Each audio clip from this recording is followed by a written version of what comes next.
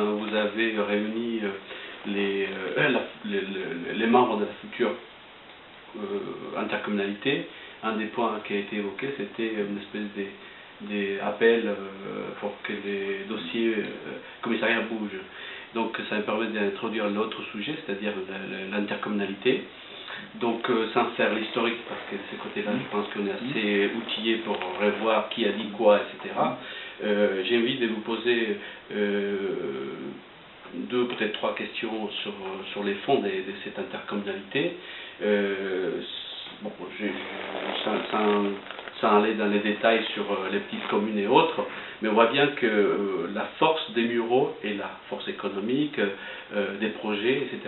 Et nous avons un certain nombre des communes, notamment les communes rurales, qui sont un peu réticentes par rapport à cette intercommunalité qui s'est créée. Quelle est la réponse à cette, non pas critique, mais réticence?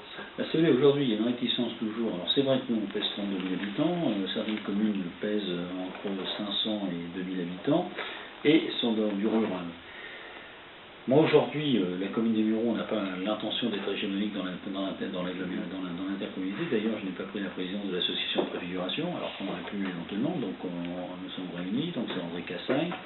Et moi, je vais être assez précis. Aujourd'hui, je ne suis pas certain que l'agglomération, je dirais, ce sera nécessairement la grande commune à qui ça profitera le plus maximum. Je pense qu'aujourd'hui, au contraire, les petits villages ont tout intérêt à venir vers une agglo. Parce que une agglo, nous, une commune comme les Mureaux, comme des grosses communes, on a déjà tout un ensemble d'activités, des sportives, des activités éducatives, des équipements. On a même les réseaux de transport, la SNCF est là, l'autoroute est là. Donc, un habitant des Mureaux aujourd'hui, il n'a pas de problème sur ce sujet.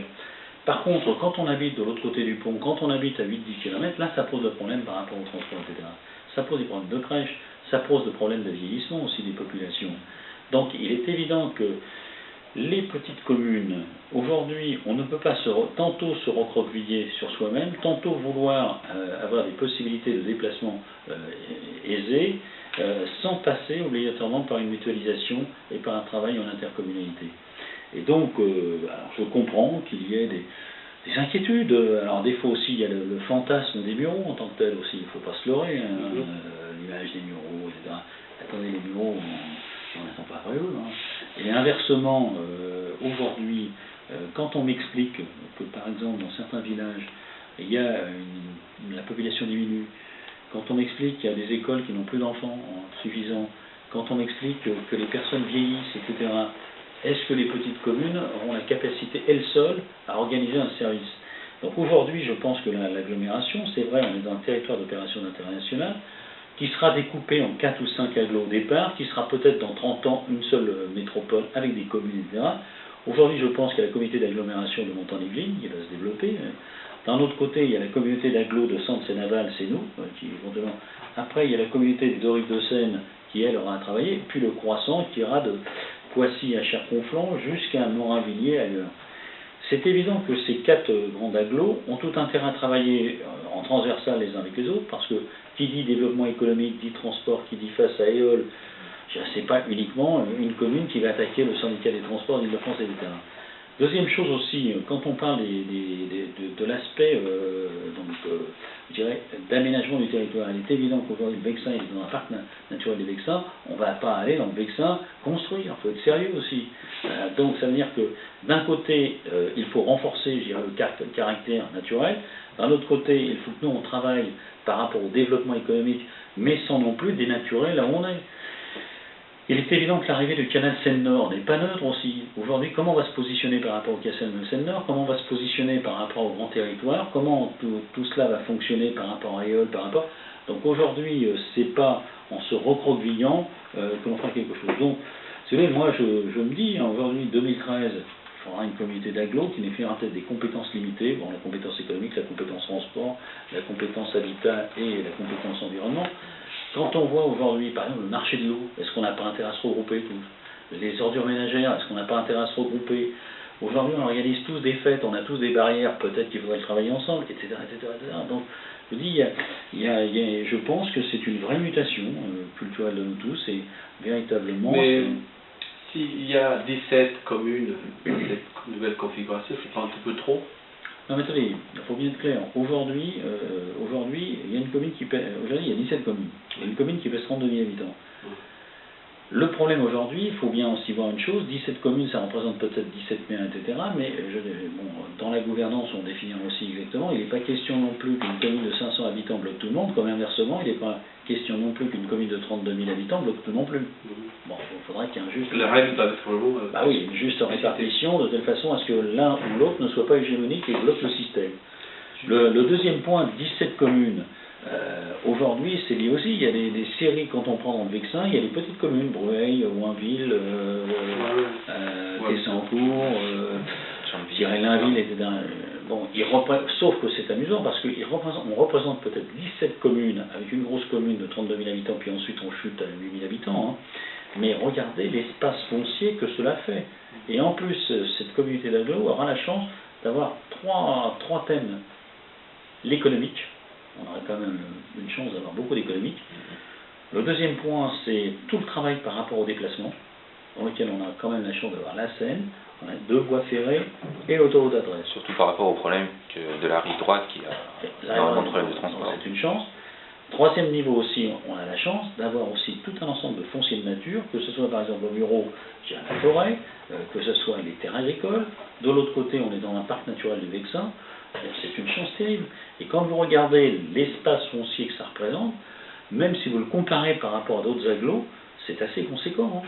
Donc je pense qu'on a de quoi expérimenter sur tous les sujets, on a cette chance. Et en plus, on a la chance d'être, je dirais, à un nœud de distribution de tout. Donc sachant l'utiliser intelligemment, quoi.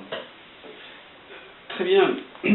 Bon, j'étais un peu provocateur selon les échos que j'ai eus des conseillers municipaux des bases à Hardecourt ou à Mélan. C'est évident que ces débats.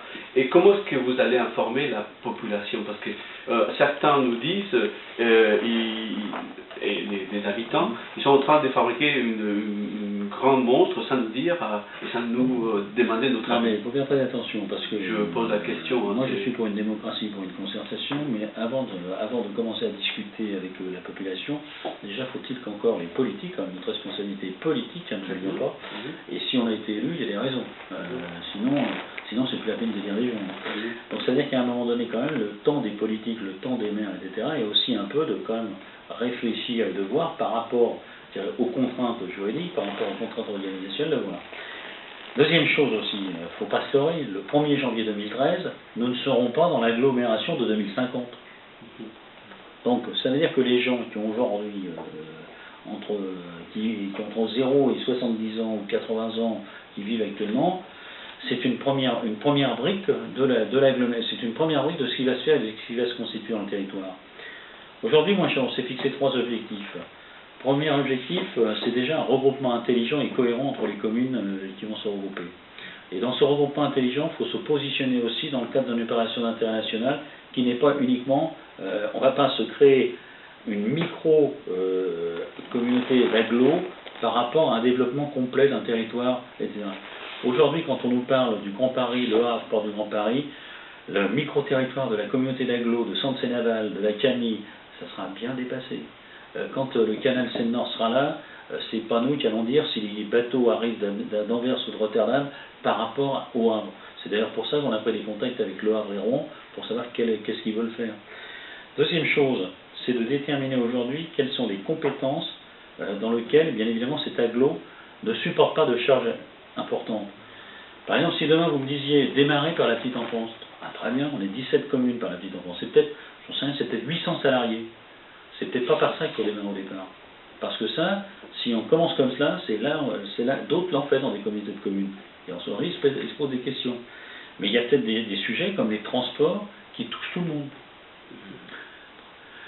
L'environnement, sur certains environnements, ça touche tout le monde. Donc ça, c'est les sujets, c'est le deuxième point. Donc la pertinence des compétences.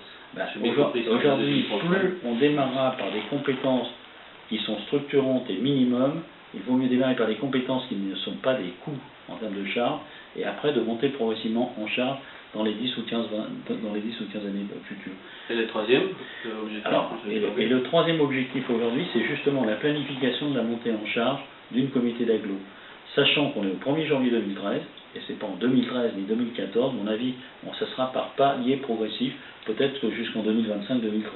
Pour la petite anecdote, comment vous avez fait changer l'avis de M. Cassagne? Parce que dans l'année passée, il était toujours contre l'idée de se mettre avec les autres communes. Bah, je crois pas qu'il ait changé d'avis en tant que tel. Bon. On a des écrits pourtant. Non, mais quand vous dites qu'il a changé d'avis, hein, aujourd'hui, nous sommes en 2010, 11 plutôt, 2011. Il y a des moments en 2001, il y a des moments en 1990, il y a eu des moments en 1950. En 1930, il n'y avait pas de syndicat. Donc au départ, il y a eu des syndicats intercommunaux à vocation unique. Il a été quand même, n'oublions pas, président du SDIS. Il est président aujourd'hui du syndicat par rapport à tout ce qui est l'assainissement, etc. Et à un moment donné, quand on passe et on dépasse, entre guillemets, ce que nous serons pendant peut-être les 7-8 ans à venir, en 2030, tous ceux qui sont là et 2040 ne seront plus à la tête des mairies, je pense. Donc c'est un élu qui aussi sait lire son temps. Ben, je pense que si vous voulez, aujourd'hui, il faut bien se dire une chose, il y avait des contextes politiques, il y avait des contextes aussi d'organisation. Aujourd'hui, ce que je peux vous dire, entre les réunions que je fais en 2011 et les réunions que nous faisions en 2001 ou en 2002, ça a bien changé. Mais ça a changé aussi parce que, bon, on est obligé aussi de comprendre qu'il y a un territoire, qu'il y a des territoires, l'opération d'intérêt national nous a obligés à réfléchir, l'établissement public Mantoue-Sénaval nous a obligés à réfléchir, donc obligatoirement on comprend qu'il faut se regrouper. Il n'y a qu'une chose qu'il va falloir faire très attention, c'est que se regrouper ne veut pas dire de perdre la proximité. Et ça, c'est quelque chose qui va être aussi assez compliqué, parce que ce qu'on risque d'avoir, c'est une agglomération dans laquelle les gens on les touche moins, et les communes, c'est de voir comment tout ça va être une juste répartition entre l'agglo et la commune, et le quartier et la rue où vous habitez. Mais sur ces points, bon, j'ai deux derniers points et après peut-être on va réagir rapidement et puis finir. Les schémas tels que vous le voyez, c'est-à-dire que si vous pourrez parler des échéances. Ah ben aujourd'hui, parce qu'il y a la loi, je ne vais pas nous arrêter avec les schémas que j'ai récupérés. A priori, il y a des schémas directeurs des coopérations intercommunalités qui doivent être sortis d'ici au mois de mars. Bon, ça c'est là. Mais alors, selon vous, quels sont les points? Moi je pense qu'aujourd'hui je vais dissocier trois choses. Dissocier ce qui est l'État, en l'occurrence le préfet, etc. Lui, il a un objectif, normalement, il doit pondre une carte de l'intercommunalité avant le deuxième trimestre 2011. N'oublions pas que cette carte de l'intercommunalité doit être aussi discutée avec la commission départementale communale, donc dans laquelle je siégerai, on sera 47, donc ça va se discuter. Donc ça c'est le premier travail, c'est de savoir quels sont les territoires opportuns à mettre en place. Sachant qu'aujourd'hui, bien évidemment, il faudra réfléchir aussi à éviter qu'il y ait trop de territoires qui concernent deux départements. Il y a peut-être des communes qui aujourd'hui veulent partir ailleurs, alors que leur bassin de vie ailleurs. Ça sera aussi à discuter.